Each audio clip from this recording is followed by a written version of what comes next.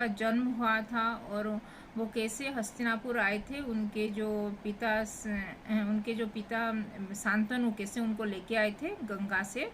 फिर उसके बाद का ये स्टोरी आज हम जानेंगे। भीष्म प्रतिज्ञा। भीष्म जो देवव्रत आगे चल के भीष्म के नाम से प्रसिद्ध हुए थे, वो प्रतिज्ञा क्या प्रतिज्ञा लिए थे, तो उसके बारे में ये स्टोरी है। तो चलो स्टार्ट करते हैं। भीष्म प्रतिज्ञा।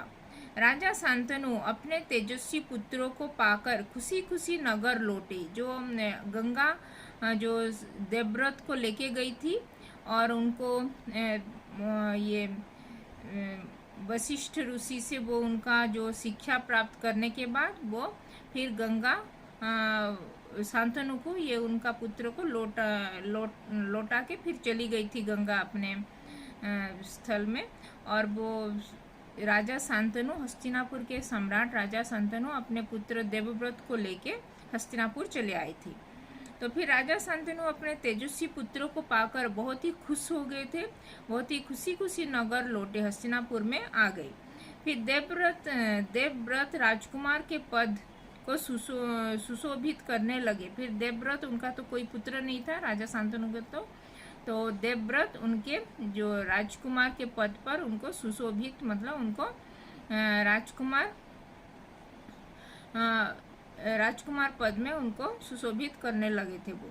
इस तरह से 4 वर्ष बीत गए। इस तरह से वो राजा शांतनु से आने के बाद वो हस्तिनापुर में देवव्रत का 4 साल बीत गया। ऐसे ही एक दिन राजा शांतनु यमुना के तट पर घूम रहे थे। ये गंगा नदी के तट पर वो घूम रहे थे, गंगा माता से मिले थे। फिर अभी यमुना नदी के तट पर वो राजा शांतनु घूम रहे थे। वहीं उन्होंने एक सुंदर तरुणी को देखा। वहाँ पे वो एक सुंदर मतलब एक तरुणी मतलब एक कन्या को देखा था राजा शांतनु ने। उनका नाम सत्यवती था। उनका नाम, जो सुंदर तरुणी वो जो कन्या को देखे थे, वो उनका नाम था सत्यवती। उस सुंदर युवती ने राजा शांतनु को मन मोह लिया। वो सुंदर तरुणी सुंदर कन्या को देखकर वो राजा शांतनु उसके सौंदर्य में मोहित हो गए थे।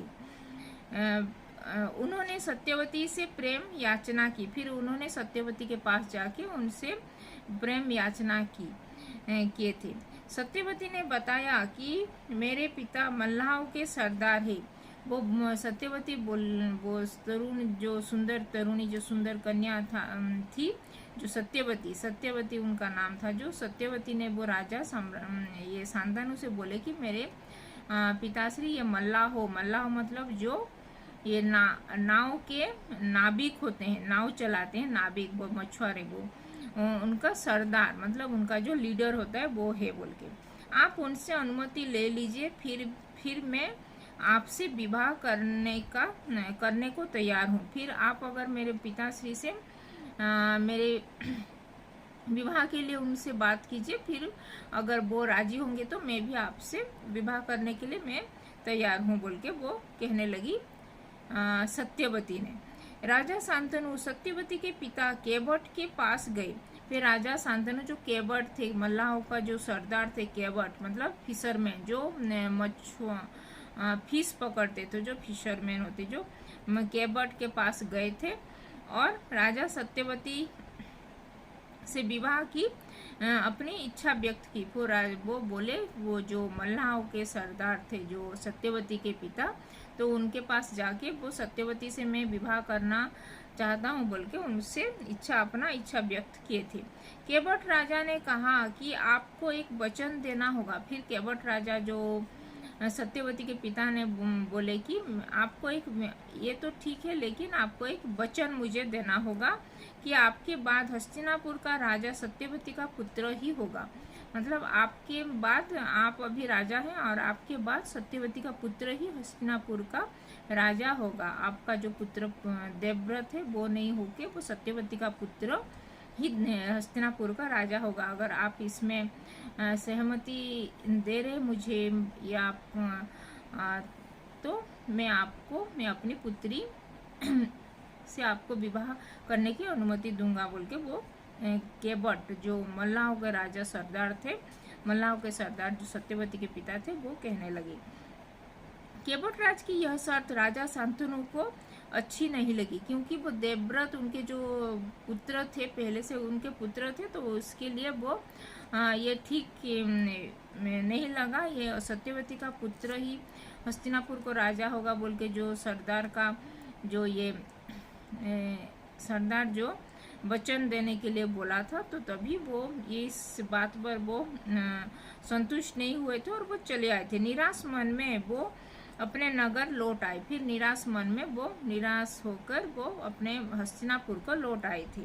उनकी व्यथा को देखकर देवव्रत ने अपने पिता शांतनु से पूछा कि आपको किस बात की चिंता है।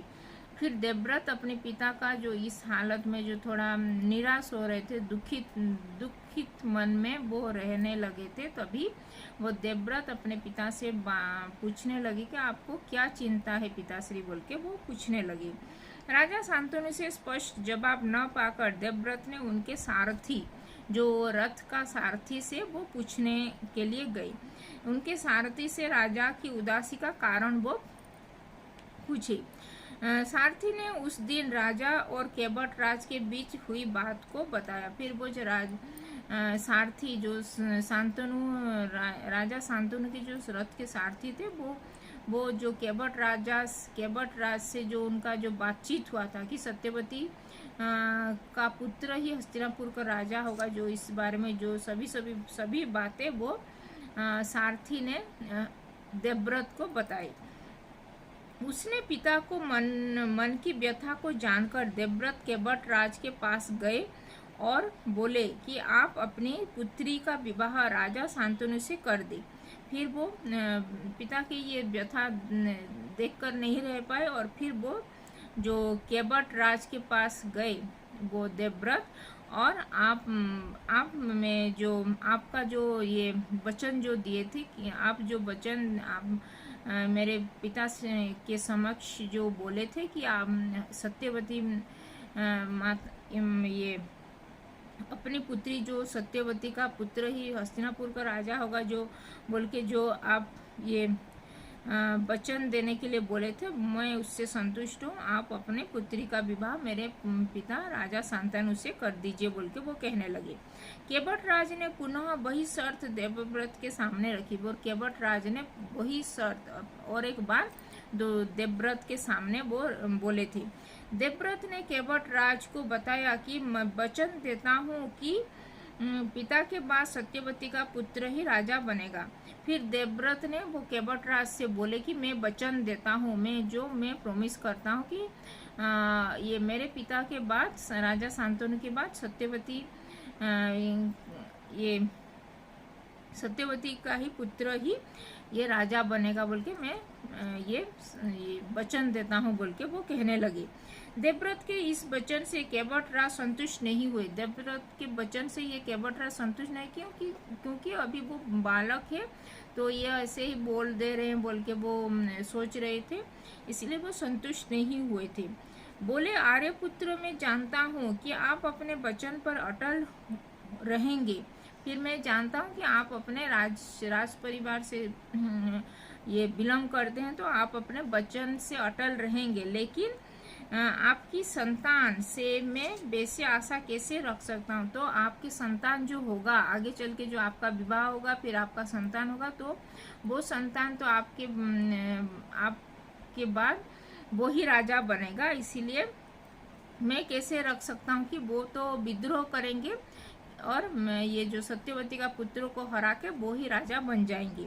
इसीलिए आप जैसे वीर को पुत्र भी तो वीर ही होगा। आप तो वीर है, वीर योद्धा है, तो आपका पुत्र भी वीर योद्धा होगा।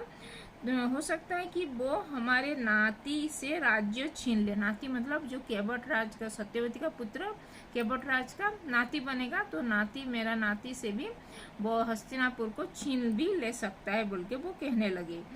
केवटराज के इस तरह के अप्रत्याशित प्रश्न से पितृभक्त देवव्रत थोड़ा सा भी विचलित नहीं हुए। फिर वो जो केवटराज के इस प्रकार से वो जो बोलने लगे कि आपका जो पुत्र होगा तो वो भी वीर योद्धा बनेगा, वो भी मेरे नाती से मेरा हस्तिनापुर उसका जो राज सिंहासन भी वो छीन ले सकता है, इसीलिए मैं कैसे आपके वचन से कैसे मैं संतुष्ट हूँगा बोल के वो ये जो बोले। तो तभी वो ये देवव्रत ने फिर वो पितृभक्त देवव्रत थे, तो इसीलिए वो पिता का दुख नहीं सहन कर पाए थे, तो इसीलिए वो विचलित नहीं हुए। और फिर वो जो केवट राज से वो कहने लगी कि उन्होंने गंभीर स्वर से कहा कि मैं जीवन भर विवाह नहीं करूँगा। फिर वो देवव्रत बोलने लगे कि मैं जीवन भर में लाइफ टाइम में अपने जीवन काल में मैं विवाह और नहीं करूँगा बोल के,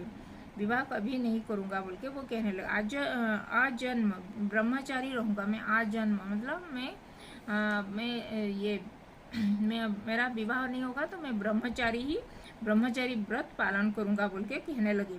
देवव्रत के इस कठोर प्रतिज्ञा के कारण ही उनका नाम भीष्म पड़ गया। फिर देवव्रत ये जो कठोर प्रतिज्ञा लिए थे कि मैं विवाह नहीं करूँगा, आजन्म ब्रह्मचारी व्रत पालन करूँगा, और ये राजा शांतनु के बाद सत्यवती का पुत्र ही ये हस्तिनापुर का राजा बनेगा बोल के जो भी ये कठोर प्रतिज्ञा लिए थे, तभी वो उनका नाम भीष्म पड़ गया था। केवट राज ने खुशी खुशी अपनी पुत्री का देवव्रत के साथ विदा कर दिया। फिर केवट राज ने वो राजा शांतनु से उनकी पुत्री का विवाह करके वो खुशी खुशी वो राजा शांतनु के साथ अपनी पुत्री सत्यवती को हस्तिनापुर के लिए विदा कर दिए। सत्यवती से शांतनु के 2 पुत्र हुए थे। सत्यवती फिर विवाह करने के बाद उनका 2 पुत्र हुआ था, चित्रांगद और विचित्रांगद। चित्रांगद और विचित्रवीर, उनका जो 2 पुत्र हुए थे उनका नाम था चित्रांगद बड़े का नाम था चित्रांगद और ये छोटे का नाम था विचित्रवीर। राजा शांतनु के मरने के बाद चित्रांगद जो उनका ज्येष्ठ पुत्र था चित्रांगद, उनको राज्य हस्तिनापुर के सिंहासन में बैठा दिए थे उनको। फिर किंतु वे अधिक दिनों तक वे राज नहीं चला सके, क्योंकि थोड़ा वो बीमार, उनका थोड़ा कुछ बीमारी चल रहा था, तो उसके वजह से उनको उनके शारीरिक असुस्थ थे उनका शरीर, तो इसीलिए वो बहुत दिन तक उनका वो राज्यभार भी चला नहीं पाए और उनका अकाल मृत्यु हो गया था। उनकी अकाल मृत्यु हो गई। फिर हस्तिनापुर की गद्दी थी वो विचित्रवीर, जो उनका जो छोटा पुत्र सत्यवती का जो कनिष्ठ पुत्र जो विचित्रवीर थे उनको मिला था, वो सिंहासन में बैठे थे।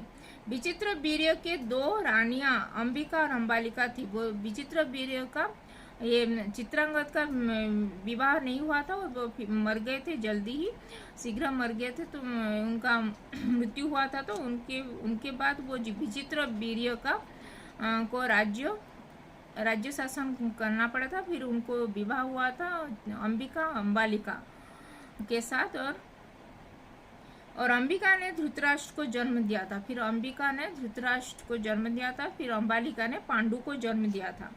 इस तरह धृतराष्ट्र के पुत्र कौरव और पांडु के पुत्र पांडव कहलाए। धृतराष्ट्र के पुत्र कौरव कहलाए, 100 पुत्र कौरव हुए और पांडु के पुत्र 5 पांडव हुए। इस प्रकार कुरुक्षेत्र युद्ध का अंत होने तक भीष्म उस विशाल साम्राज्य के पूज्य बने रहे। इसी तरह वो ये कौरव ये जो कुरुक्षेत्र में जो महाभारत युद्ध हुआ था तभी तक अंत काल तक वो भीष्म अपने ये भीष्म प्रतिज्ञा जो लिए थे, इसीलिए वो हस्तिनापुर को छोड़ के कहीं भी नहीं गए थे और वो भीष्म उस विशाल साम्राज्य का नेतृत्व लेके वो ये उसके पूज्य बने रहे। मतलब वो जो हस्तिनापुर का एक महान सेनापति के तौर पर वो हस्तिनापुर का राज्य का देखभाल किए थे।